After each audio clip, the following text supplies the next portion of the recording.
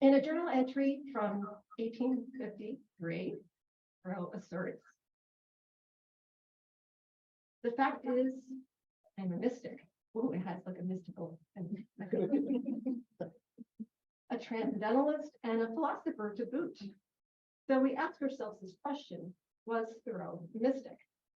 I believe this is important to the study of mysticism. Take a contemporary definition of mysticism, along with a constructivist lens, and apply this modern definition to Thoreau, a modern mystic who was influenced by Vedanta.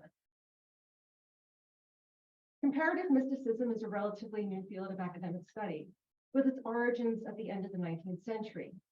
There is no one definition of mysticism that academics have universally agreed upon. Early definitions were exclusionary. As the study of mysticism developed along the lines of the study of comparative religion, theistic definitions became increasingly problematic. Scholars identified the need for a broader, more inclusive definition, not bound by theistic beliefs or religious institutions. Over the last 2 centuries, alternative forms of spirituality arose, such as transcendentalism and theosophy, which did not neatly fall under any umbrella. The study of comparative mysticism has focused on classic forms of spirituality, those bound by conventional forms of theistic or religious traditions. This needs to be expanded. This leads to the next question: what is transcendentalism? And once again, just as is the case with mysticism, the same dilemma is found in defining transcendentalism. And similarly, a recognized need for a broader definition. While a definition may be elusive, we can point to these characteristics: a respect for nature, self-reliance, personal relationship with God, and nature versus materialism. Which leads to the next question. Is we know that transcendentalism was influenced by Vedanta.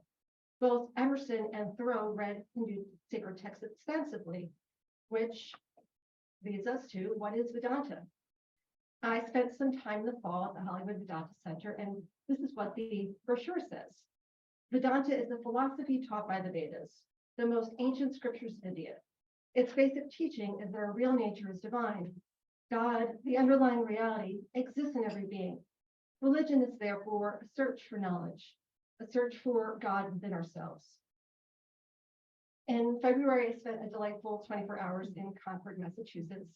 My attempt to follow in the footsteps of Thoreau and Emerson, and here is a little glimpse, the Louisa May Alcott house, the setting of her book Little Women, and also where she wrote it. Emerson and Thoreau were guests here. And then going clockwise to the top left, we have Thoreau Farm, the birthplace of Thoreau, the brick schoolhouse where Thoreau taught briefly, the home of Ralph Fuller Emerson, father of transcendentalism, the Thoreau Alcott home. This is, Thoreau bought this home in 1850. He lived there until his death in 1862. And then Louisa May Alcott purchased it. And this is actually where she wrote Joe's Worth, the sequel to Little Women. And then we have the Concord Museum, a gem of a museum. We have Emerson's study. And in 1841, Thoreau moved into the Emerson home where he would have access to his mentor's collection of Hindu texts. Emerson lent Thoreau his copy of the Gita, and this was the copy that Thoreau had with him during his stay at Walden Pond from 1845 to 1847. The influence of the Gita flowed into Thoreau's literary works. A Week on the Concord and Merrimack Rivers, written mostly during his stays living at Walden Pond, contained quotation upon quotation from the Gita. Thoreau would later purchase 44 Hindu texts, including this copy of the Gita, which is now on display at the Concord Museum. Sleepy Hollow Cemetery, the final resting place of these famous Concordians, in what is known as Author's Ridge. Visitors leave pencils as tributes. Here we have the graves of Emerson, Alcott, Thoreau, and Hawthorne. Thoreau's first work, A Week on the Concord and Merrimack Rivers, recounts an excursion he took with his elder brother John in 1839. 3 years later, at the age of 26, John died of lockjaw in his younger brother Henry's arms. Henry was traumatized. Henry soon began to exhibit symptoms of his brother's disease.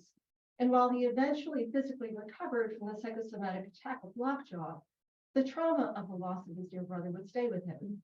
In mystical development, this would be Henry's dark night of the soul. This is the desk where Thoreau wrote Walden. Thoreau spent at least 4 hours a day walking. He had no lock for his cabin at Walden Pond, but he did have a lock for the desk. And you can actually notice the wear patterns around the keyhole.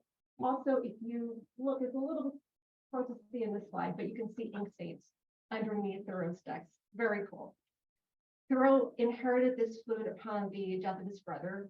He would play his flute, improvising against his own echo while on the water. I sailed on the North River last night with my flute, and my music was a tinkling stream which meandered with the river and fell from note to note as a brook from rock to rock. Unpremeditated music is the true gauge which measures the current of our thoughts, the very undertow of our life stream. So now let's amble our way to Walden Pond, where Thoreau lived for 2 years. The influence of Vedanta is clear, and in turn, the influence of Vedanta is felt by Thoreau's audience. The words of Walden. Thus it appears that the sweltering inhabitants of Charleston and New Orleans, of Madras and Bombay and Calcutta, drink at my well. In the morning, I bathe my intellect in the stupendous and cosmogonal philosophy of the Bhagavad Gita, since whose composition years of the gods elapsed, and in comparison with which our modern world and its literature seem puny and trivial. I lay down the book and go to my well for water, and lo, there I meet the servant of the Brahmin, priest of Brahma and Vishnu and Indra, who still sits in his temple in the Ganges reading the Vedas. The pure Walden water is mingled with the sacred water of the Ganges. In 1849, Thoreau published A Week on the Concord and Merrimack Rivers, where he writes, so many years and ages of the gods, those eastern sages sat contemplating Brahm, uttering in silence the mystic Om, being absorbed into the essence of the Supreme Being, never going out of themselves, but subsiding further and deeper within. A Week on the Concord and Merrimack Rivers is rich with quotes from the Gita. Here is one of the many examples where Thoreau quotes the Charles Wilkins translation, along with a modern translation provided by Sargent. After about 10 pages of quotations and Thoreau's interwoven commentary, he tells us how the words of the Gita stir his soul. The things immediate to be done are very trivial. I could postpone them all to hear this lotus thing. I would give all the wealth of the world and all the deeds of all the heroes for one true vision. But how can I communicate with the gods, who am a pencil maker on the earth and not the unseen? Vedanta provides pathways to commune with the divine. Surely the practice of jnana yoga would resonate with the bibliophiles Emerson and Thoreau. But I also believe that Raja Yoga, considered the soul of all yogas, would really resonate with Thoreau's contemplative nature. On land owned by Emerson, Thoreau built with his own hands a hut in the woods on Walden Pond for a grand price of $28.12.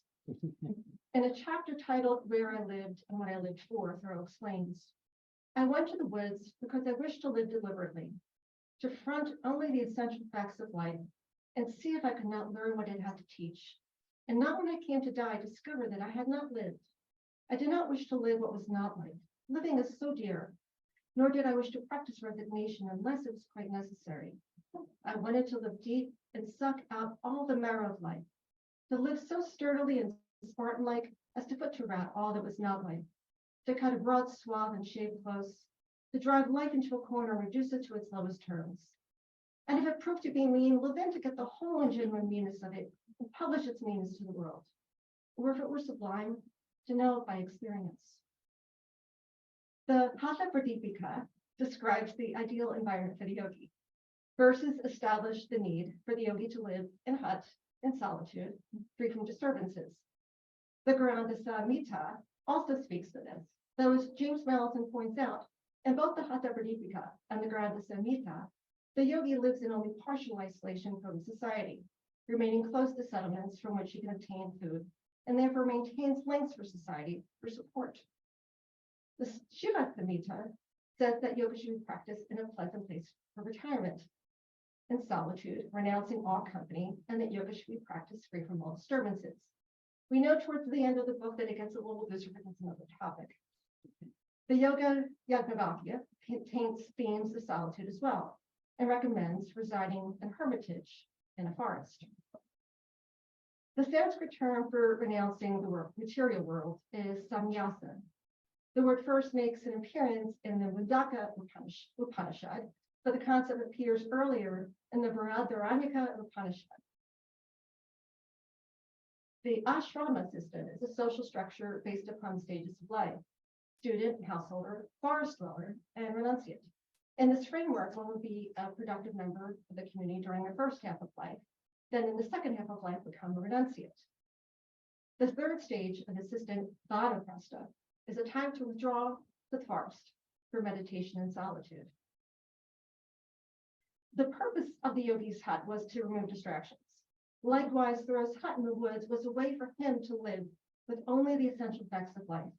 And Walden Thoreau writes, "My purpose in going to Walden Pond was not to live cheaply nor live dearly there, but to transact some private business with the fewest obstacles."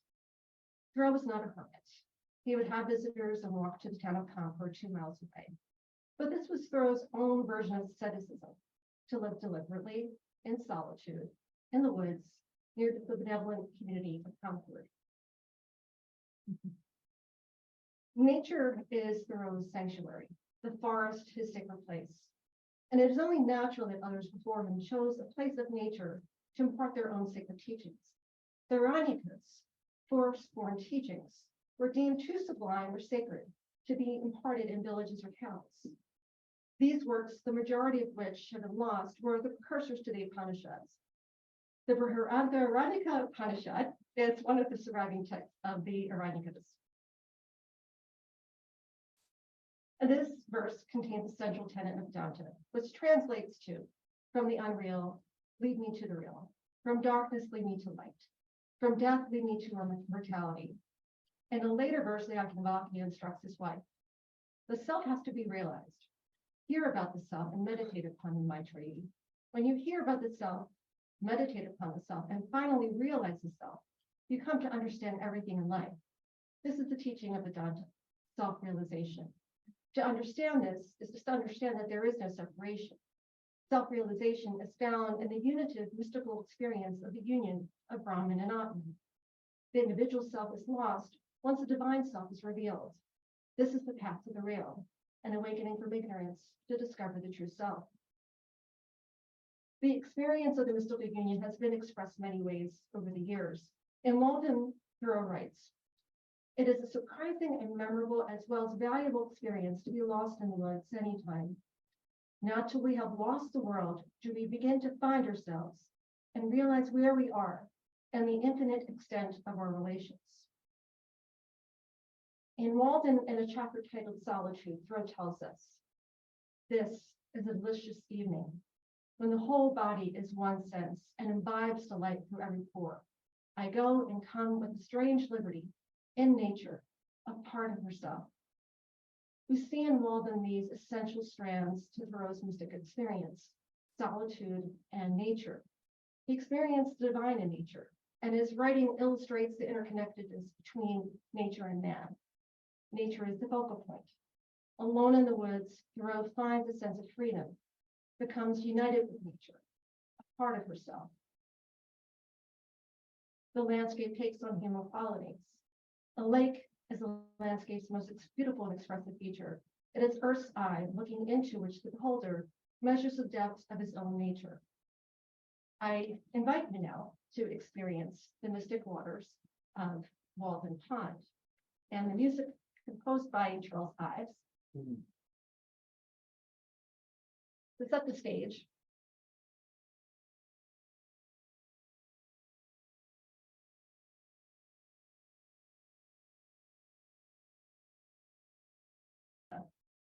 if there shall be a program for music, let it follow this thought an autumn day of an Indian summer at Walden. The shadow of a thought at first, colored by the mist and haze over the pond. The finale encompasses so many things: personal, musical, natural, mystical. Like the other movements of the Concord, Thoreau has its own sound, texture, rhythm, atmosphere, like each of the others. It is interwoven with the whole. Most of the sonata's material circulates through it, present in every phrase, but transformed into an atmosphere of quiet reflection. The slow, almost monotonous swaying beat of this autumnal day in gently lapping waters of Walden Pond. The whole of the striving, heroic, songful, wistful, magical, comical, paradoxical, Crodian, and dynamic concord comes down to the image of Thoreau, playing his flute over the water. And this is of Thoreau. But the last note, barely audible, is the unresolved leading tone C sharp. Rather than a traditional resolution into stability, this is a dynamic conclusion for all its quietness. I've described the end of the music in the program. He goes up the pleasant hillside of pines, hickories, and moonlight to his cabin, with a strange liberty in nature, a part of